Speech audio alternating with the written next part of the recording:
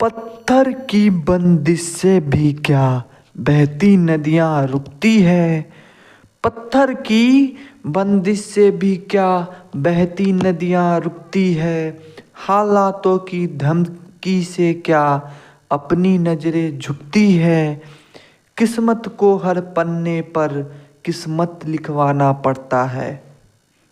जिसमें मसाल सा जज्बा हो वो दीप जलाना पड़ता है, वापस आना पड़ता है, वापस आना पड़ता है। जय हिंद साथियों, स्वागत है आपका ज्ञान ए गणितम पर।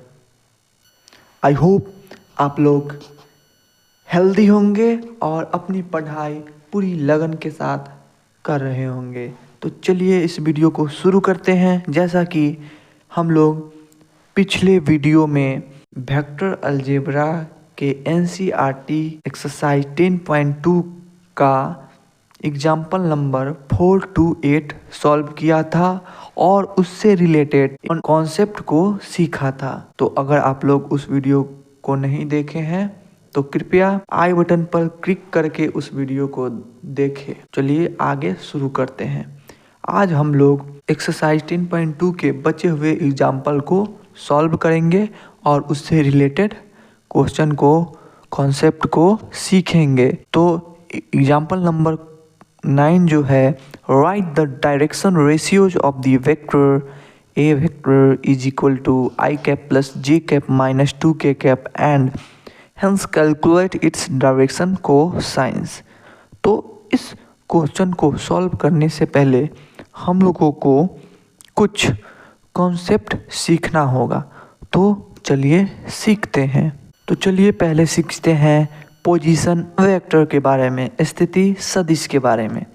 जैसा कि इस फिगर में दिख रहा है, वो है ओरिजिन 0 0 0 जिसका कोऑर्डिनेट एक्सिस है 0 0 0 और P B any point in 3D plane. P कोई पॉइंट है 3D प्लेन पे जिसका कोऑर्डिनेट एक्सिस है x y z। तो O से P के तरफ OP जो वेक्टर होगा, O से P के तरफ OP वेक्टर होगा, जिसको हम लोग यहाँ पे R वेक्टर के रूप में नाम दिए हैं। तो OP वेक्टर होगा, उसी को कहते हैं पोजीशन वेक्टर।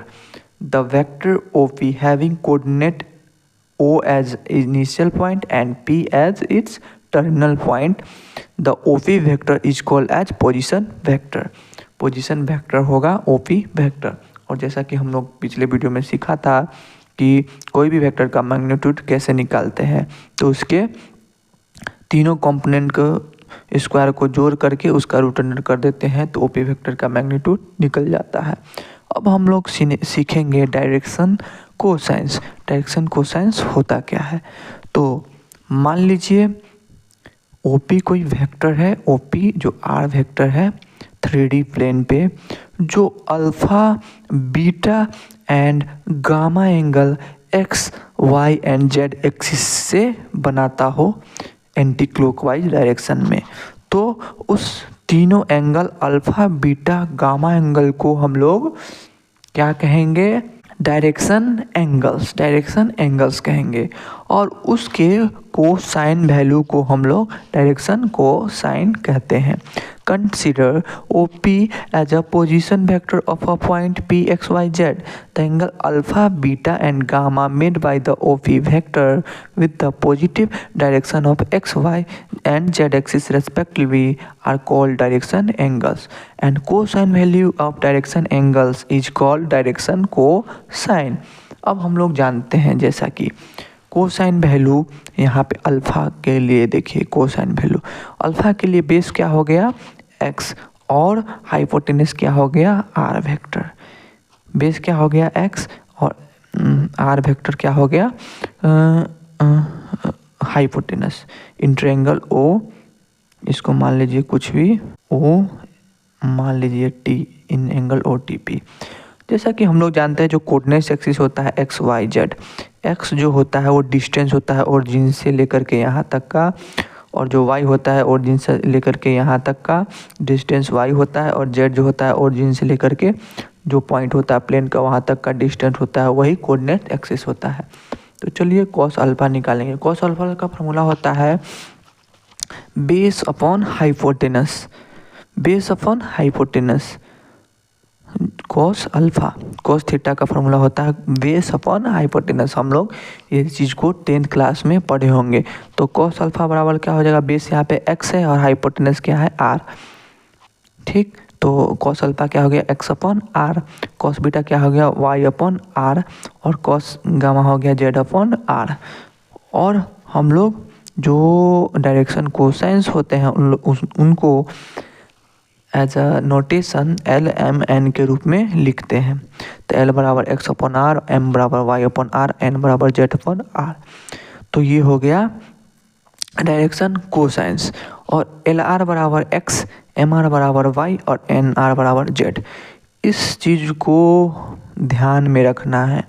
ये चीज़ हम लोगों को क्वेश्चन को सॉल्व करने में मदद करेगी, डायरेक्शन कोसाइन को फाइंड आउट करने में मदद करेगी और डायरेक्शन रेशियोज को मदद करेंगी। अब चलिए समझते हैं कि डायरेक्शन रेशियो क्या होता है। The numbers LR, MR and NR, जिसको x, y, z के रूप में हम लोग जान रहे हैं। x is equal to LR, y is equal to MR और z is equal to NR। तो the numbers LR, MR and NR जो कि प्रोपोर्शनल है LMN के डायरेक्शन कोसाइंस, LMN के प्रोपोर्शनल है ना, LMN के प्रोपोर्शनल। प्रोपोर्शनल का मतलब क्या होता है, प्रोपोर्शनल का मतलब होता है उस नंबर से रिलेटेड हो और उसका छोटा रूप हो या बड़ा रूप हो। मान लीजिए जैसे कि 2 और 4, 2 1 जा 2, 2 2 जा 4। असल में नंबर है 2 और उसका प्रोपोर्शनल नंबर क्या है 4, जो कि 2 से गुना हो गया है। उसी तरह जो डायरेक्शन रेशियो होता है वो प्रोपोर्शनल होता है डायरेक्शन कोसाइन के, क्योंकि डायरेक्शन कोसाइन से वो r से गुना हो गया है। और ये फार्मूला याद रखना है। अगर हम लोग को डायरेक्शन कोसाइन फाइंड आउट करना हो तो तीनों एक्सिस LMN को फाइंड आउट करने के लिए जो डायरेक्शन रेशियोज होगा x से उस r डिस्टेंस से डिवाइड कर देंगे तो हम लोग को डायरेक्शन कोसाइन मिल जाएगा। उसी तरह y एक्सिस का डायरेक्शन कोसाइन कॉस बीटा निकालने के लिए उस कोऑर्डिनेट एक्सिस को उस पॉइंट से जो ओरिजिन से जो डिस्टेंस होगा उससे डिवाइड कर देंगे तो उसका डायरेक्शन कोसाइन मिल जाएगा। और जेड एक्सिस का डायरेक्शन कोसाइन, जेड कोऑर्डिनेट का डायरेक्शन कोसाइन फाइंड आउट करने के लिए हम लोग उस डायरेक्शन रेशियो को उस ओरिजिन से डिस्टेंस को डिवाइड कर देंगे तो डायरेक्शन उस कोऑर्डिनेट एक्सिस का डायरेक्शन कोसाइन फाइंड आउट हो जाएगा। तो हम लोगों ने सीख लिया। और एक और महत्वपूर्ण रिजल्ट क्या है कि तीनों एक्सिस के डायरेक्शन कोसाइंस का स्क्वायर का सम 1 होता है। L square plus M square plus N square is equal to 1 और cos square alpha plus cos square beta plus cos square gamma is equal to 1। तो ये क्वेश्चन VVI है, ये question exam में आने की प्रोबेबिलिटी ज़रूर है। MCQ में ये क्वेश्चन ज़रूर आता है।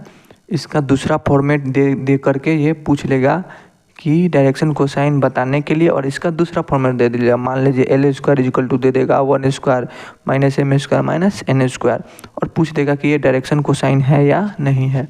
तो हम लोग को ये चीज़ याद रखना है कि L स्क्वायर तीनों एक्सिस के डायरेक्शन कोसाइन के स्क्वायर का सम 1 होता है।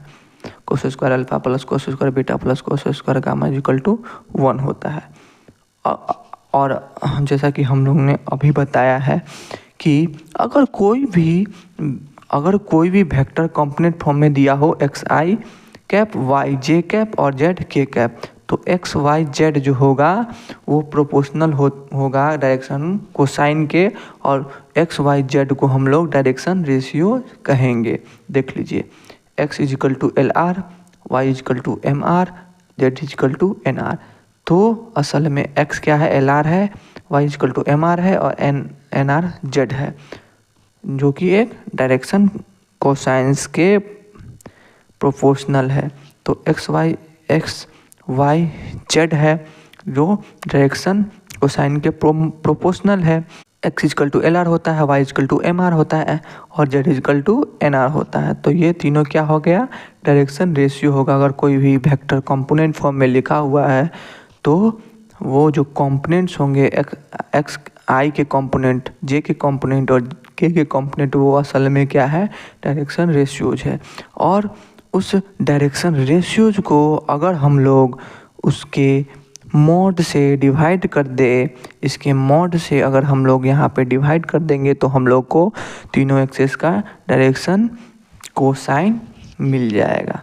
तो चलिए हम लोग एग्जाम्पल को सॉल्व करते हैं और समझते हैं कि अगर कोई वेक्टर का कंपोनेंट फॉर्म में इक्वेशन दिया हुआ हो तो उसका डायरेक्शन रेशियो कैसे निकालेंगे और डायरेक्शन कोसाइन कैसे निकालेंगे। तो चलिए समझते हैं एग्जाम्पल नंबर को। तो जैसा कि क्वेश्चन में दिया हुआ है कि ए वेक्टर जो दिया हुआ है आई cap plus J cap minus 2 के कैप, तो उसका हम लोग पहले मैग्नीट्यूड निकाल लेंगे ए मॉड लगा के, जिसका मैग्नीट्यूड होगा 6 और वो आर के बराबर होगा। आर क्या है, ओरिजिन से डिस्टेंस है इस वेक्टर का। अब जैसा कि हम लोग ने पीछे पढ़ा, since we know that direction ratios of a vector B X I cap Y J cap plus Z K cap is given by X Y and Z. जैसा कि हम लोग ने अभी ही पढ़ा है कि जो भी वेक्टर कंपोनेंट फॉर्म में दिया हुआ है तो उसका आई का कंपोनेंट, वाई का कंपोनेंट और जे का कंपोनेंट और के कैप का कंपोनेंट होता है, वो क्या होता है, डायरेक्शन रेशियोज होता है। और डायरेक्शन कोसाइंस क्या होता है, उसको हम लोग इसके मॉड से आर से डिवाइड कर देंगे तो हम लोग के क्या मिल जाएगा, डायरेक्शन कोसाइन मिल जाए। तो डायरेक्शन रेशियो यहाँ पे क्या हो गया, इसके लिए 1, 1 और -2। और डायरेक्शन कोसाइन निकालने के लिए हम लोग आर से डिवाइड कर देंगे। आर यहाँ पे क्या है, √6। तो डायरेक्शन कोसाइन क्या हो जाएगा, 1/1/√6, बी 1/√6 और सी -2/√6। इसी तरह से हम लोग direction ratios of the given vector are 1, 1, -2 and the direction cosines are 1/√6, 1/√6 and -2/√6। तो इसी तरीके से हम लोगों ने इस कॉन्सेप्ट को सीख लिया है और इस एग्जाम्पल को सॉल्व करना सीख लिया है। और आंसर राइटिंग के स्किल पे जरूर ध्यान दीजिएगा। ये अगर सब्जेक्टिव में क्वेश्चन पूछता है बिहार बोर्ड में तो हम आंसर किस तरह के तरीके से लिखेंगे, ये बेस्ट रिप्रेजेंटेशन का तरीका है। तो इस पे ज़रूर ध्यान दीजिएगा कि आंसर को हम लोग एग्जाम में कैसे रिप्रेजेंट करेंगे। तो चलिए नेक्स्ट क्वेश्चन की तरफ चलते हैं। नेक्स्ट जो क्वेश्चन है वो कहता है find the vectors joining the points P2, 3, 0 and Q -1, -2, -4 directed from P to Q। तो इस क्वेश्चन को सॉल्व करने से पहले हम लोगों को एक कॉन्सेप्ट सीखना होगा। तो चलिए उस कॉन्सेप्ट को सीखते हैं। तो जो कॉन्सेप्ट है वो है वेक्टर्स ज्वाइनिंग 2 पॉइंट्स। तो यहाँ पे मान लीजिए P1 जो पॉइंट है वो x1, y1, z1 जिसका कोऑर्डिनेट एक्सिस है x1, y1, z1 और P2 पॉइंट है उसका कोऑर्डिनेट एक्सिस है x2, y2, z2। तो ओ P1 वेक्टर क्या हो गया, पोजीशन वेक्टर, जैसा कि हम लोगों ने पिछले सेक्शन में सीखा कि पोजीशन वेक्टर क्या होगा। तो OP1 हो गया एक पोजीशन वेक्टर, OP2 भी एक हो गया पोजीशन वेक्टर। हम लोगों को निकालना है P1 plus P1 P2 vector, ठीक है। तो यहाँ पे हम लोग मान लिए हैं वो सब स्पीकर में देख लिया है। तो ये जो एक रूल होता है वेक्टर एडिशन का, हम लोग एक अच्छे तरीके से जब इस पे क्वेश्चन आएगा triangle law of vector addition पे, उस समय वेक्टर एडिशन का लॉ सीखेंगे। लेकिन तब पर भी आप जान लीजिए कि वेक्टर का ट्रायंगल लॉ ऑफ एडिशन क्या कहता है। Triangle law of vector addition ये कहता है कि मान लीजिए OP1 वेक्टर क्या हो गया, इसका O हो गया इनिशियल पॉइंट, P1 हो गया टर्मिनल पॉइंट, ठीक है।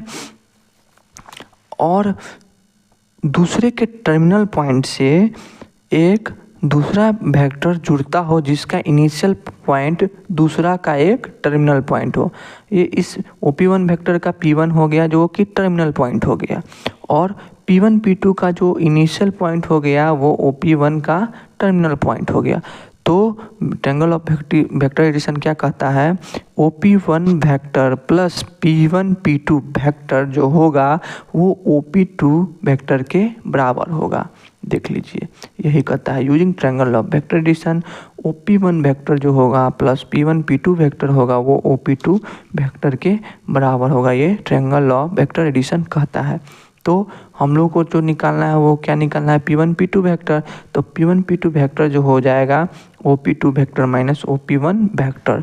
और जैसा कि हम लोग जान रहे हैं कंपोनेंट फॉर्म में OP1 वेक्टर कैसे लिखाएगा, OP2 वेक्टर जो लिखाएगा वो x2i cap y2 j cap minus Z plus z2 k cap, और OP1 वेक्टर निकालेगा x1i cap y1 j cap plus z1 k cap.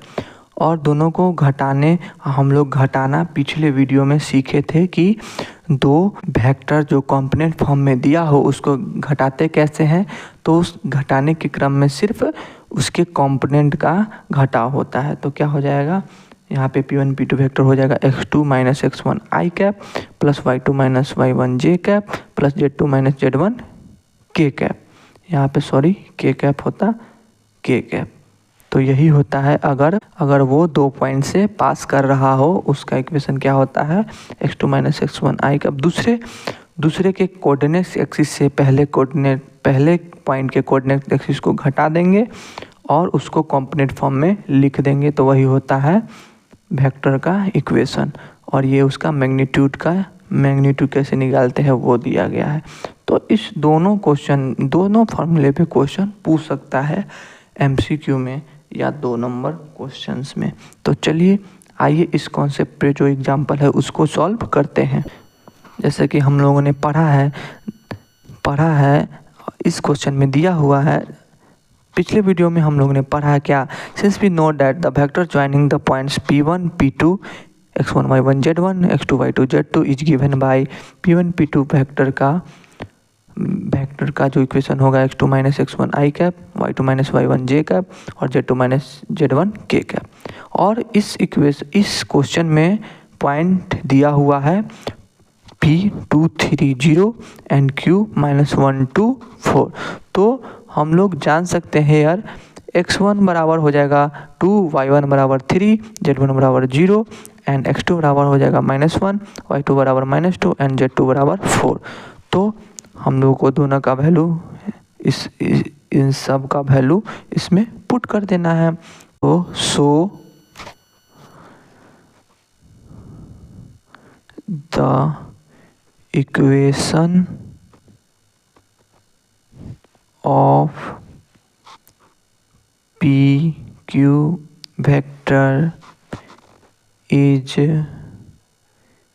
given by PQ vector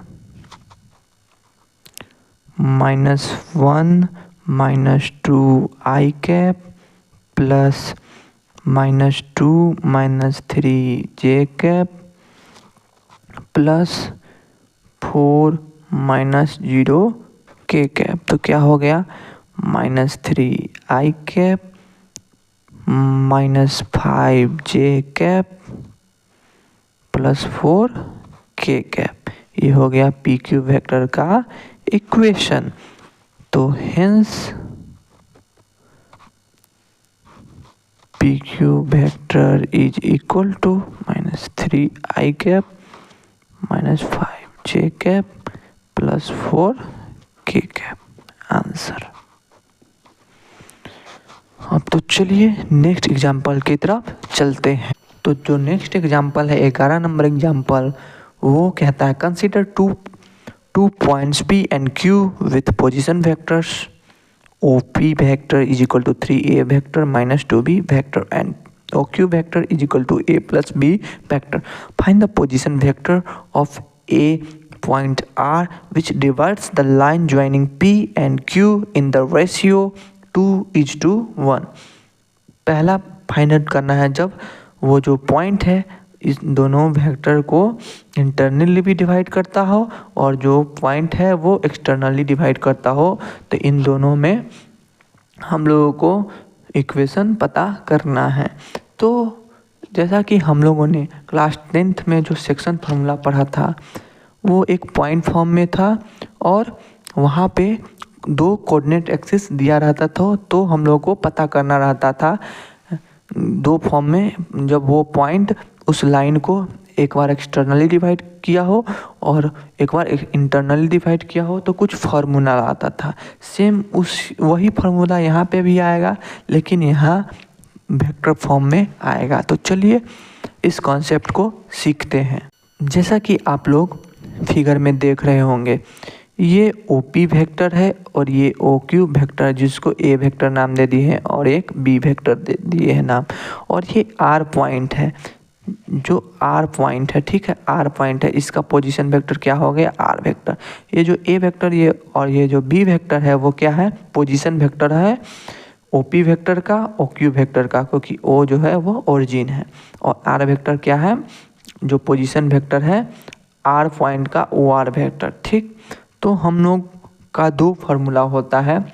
जब ये जो R point है वो m/n में PQ जो वेक्टर है उसको इंटरनली डिवाइड करता हो, उस समय जो OR वेक्टर का जो फार्मूला होगा m into V vector plus n into A vector by m plus n, जब ये पॉइंट इस वेक्टर को इंटरनली डिवाइड करता हो। और केस 2, अगर ये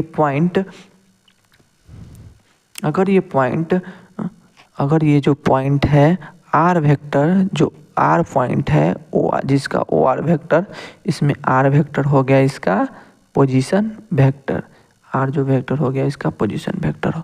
R जो पॉइंट है, इस जो PQ वेक्टर है उसको एक्सटर्नली डिवाइड करता हो m/n में, उस केस में जो OR वेक्टर OR जो है पोजीशन वेक्टर का फार्मूला जो होगा वो होगा m into B vector minus n into A vector by m minus n। तो चलिए इस फार्मूले का यूज करते हुए हम लोग एग्जाम्पल नंबर 11 को सॉल्व करते हैं। तो जैसा कि हम लोगों ने प्रीवियस सेक्शन में सेक्शन फार्मूला का कॉन्सेप्ट सीख लिया है, तो चलिए आइए इस क्वेश्चन में अप्लाई करते हैं।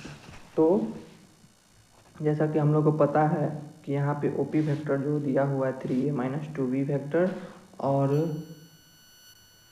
OQ वेक्टर जो है a प्लस b वेक्टर।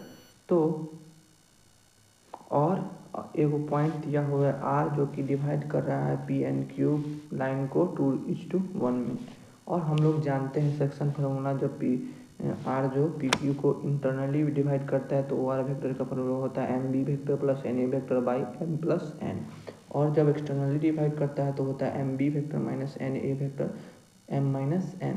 तो इस फार्मूला को मद्देनजर रखते हुए यहाँ पे ए वेक्टर का जो इक्वेशन हो जाएगा वो 3a vector minus 2b vector, और b वेक्टर का हो जाएगा a प्लस b वेक्टर जो कि क्वेश्चन में दिया हुआ है, और m जो हो जाएगा 2 हो जाएगा, n हो जाएगा 1, जो m 2:1 में डिवाइड कर रहा है।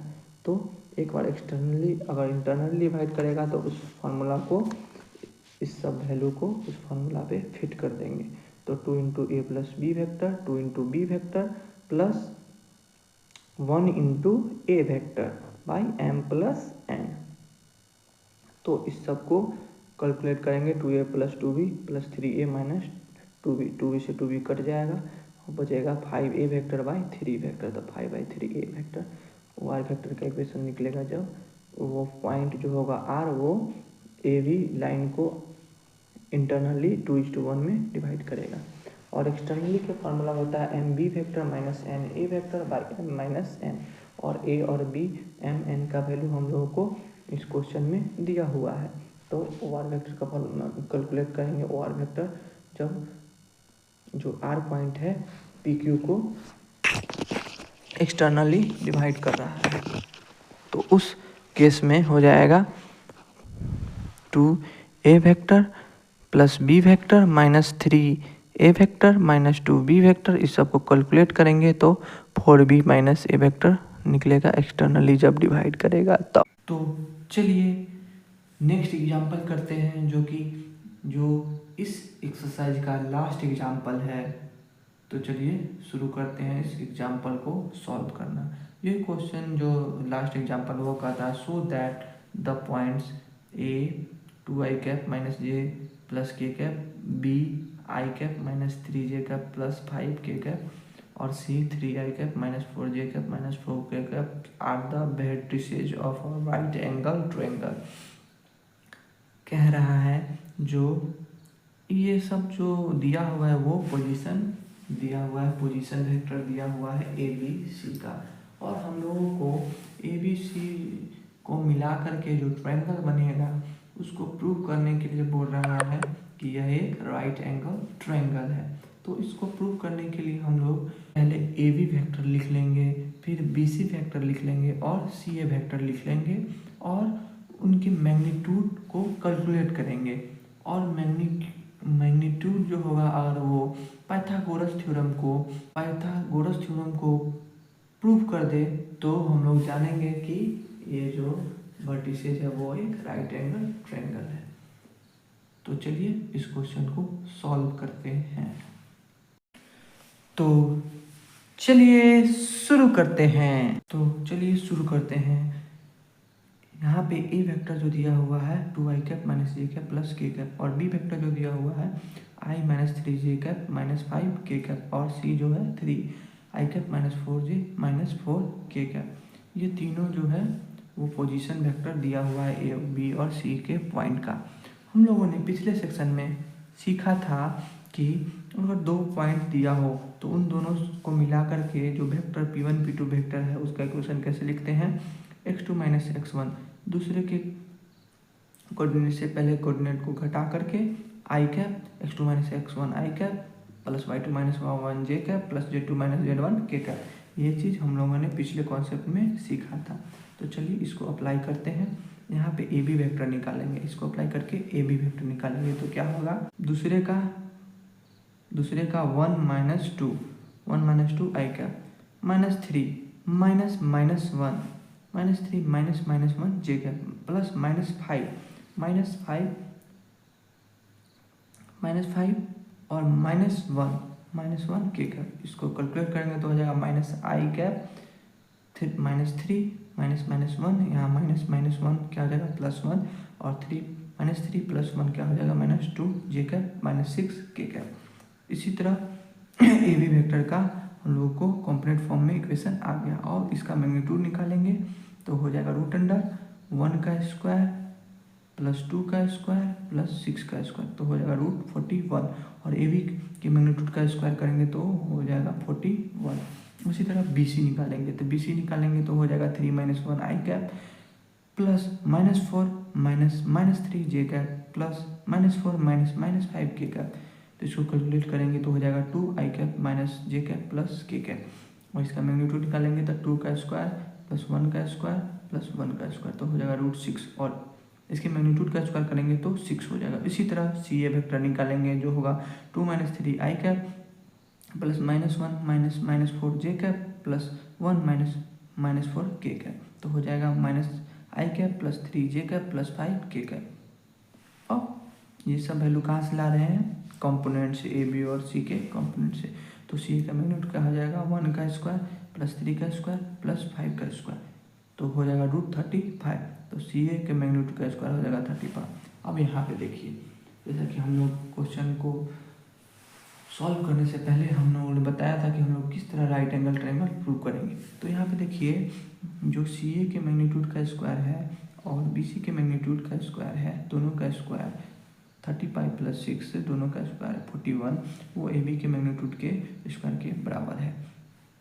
A B square is equal to B C square plus C square, ये पाइथागोरस थ्योरम प्रूव कर रहा है, इसीलिए it is a right angle triangle prove हो जाता है। तो इसी प्रकार हम लोगों ने इस एक्सरसाइज 10.2 के पूरे एग्जाम्पल को सॉल्व कर लिया है। अगर आप लोगों को ये वीडियो अच्छा लगे तो लाइक करें, सब्सक्राइब करें, कमेंट करें। अगर इस वीडियो में कोई भी आप लोग इम्प्रूवमेंट चाहते हैं तो कमेंट सेक्शन में ज़रूर बताएं, और इस वीडियो को उन नीडी बच्चों तक ज़रूर शेयर करें जैसा कि हम लोग एक क्रैश कोर्स नाम से प्लेलिस्ट बना चुके हैं, वहाँ पे ये वीडियो अपडेट हो जाएगा, जिसका थंबनेल आप लोगों को वीडियो के एंड में दिख रहा होगा। तो आप लोग इससे पहले के वीडियो नहीं देखे हैं तो उन वीडियो को जाकर जरूर देखें और वेक्टर अलजेब्रा के हर एक कॉन्सेप्ट को सीखें। Till then, good day and bye.